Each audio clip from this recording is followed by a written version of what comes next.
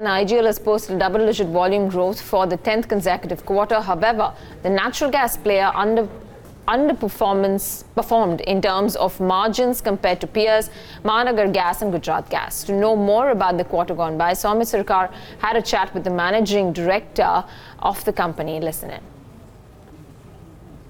The volumes have grown by double digit, mainly driven by, it is uniform over all sectors, CNG and PNG, domestic and industrial commercial. We have been maintaining that we will be growing at a rate more than 10% for the whole year also. Okay. Your unit margins, now that is EBITDA per SCM, that has also increased in the first quarter. What would you attribute this to? Is it completely because of the price hike? Yeah, we took a price hike in April, so this actually factored in all the costs. So what happens is, in between, if the dollar fluctuates or if the minimum wages are, increased out of turn, then it affects our EBITDA. Otherwise, this is the EBITDA we are targeting. So was price hike the only reason why your EBITDA per SCM increased in the first quarter of FY20? No, we have factored in all the cost factors, whatever is we have the minimum wages is one factor, then the other factors like, dollar, the exchange rate, these are the ones which basically, affect our cost. Okay. So what has been the impact of implementation of Ind AS 116 on your EBITDA? The impact has been, in the AS, if we put on EBITDA, it is around 8 paise. From 6.3, it will come down to 6.22. Okay. So your EBITDA per SCM would have been lower by 8 paise if Ind AS... 8 paise, yeah. Okay. And the PAT has decreased by... PAT is same. Okay.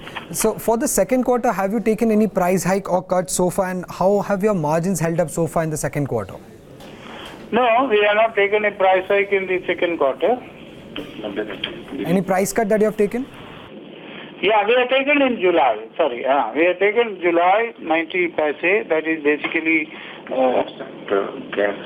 transportation to offset the the transmission charges increase of GAIL by PNGRB. Okay. And what are your capital expenditure plans for the financial year 2020? Also, if you could give us a breakup on how much you're going to spend on the existing areas and how much you're going to spend on the new areas. CapEx, we are doing around 50 to 100 crore in the new areas like Kanpur, Ajmer and Kaithal. And in the existing areas, we will be putting at least 600 crore. Total, we are expected to put in a capex of 1100 crore for the financial year. Okay. And if you could share some details on what is the current status of the various geographical areas that are currently under development? Yeah, we have started our CNG station in Karnal, Muzaffarnagar, and we have also started sales in Gurugram, the part of Gurugram that we have. And we will start at least 2 stations in Kanpur, Fatehpur as well as Ajmer, Pali before the end of this financial year. Okay. And what is the status of addition of DTC buses? Any updates on the same? They have floated a tender for 1,000 CNG buses. And it has not yet been finalized. Okay, it has not yet been finalized, that's what you're saying? Yeah. Okay. And how has been the private car conversion and what would support your volume growth going forward? Yeah, the private car conversion is, constant at around 4,500 a month. And going forward also we expect to keep up the same. And moreover, all the manufacturers of cars, they have also come up with CNG variants.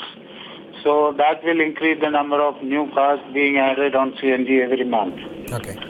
Now, as you're expanding in new areas, your volume growth would be back-ended. What is the kind of margin or return contraction that can happen for the company? Yeah, the first 3 years, has been, there will be heavy capex. So, but we don't expect that it will impact our profitability a bit. maybe we will not get that much return for the capital employed immediately, but in the long run, we will keep up the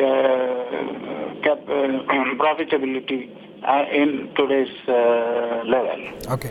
Lastly, sir, do you see the implementation of BS6 and government's push for e-vehicles to have any impact on your volume offtake going forward? Not immediately. EVs are not on the horizon for another 2-3 years.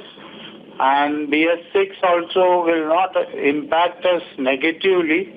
If at all it may impact us positively only because of the, the high cost of diesel vehicles and diesel fuel as such.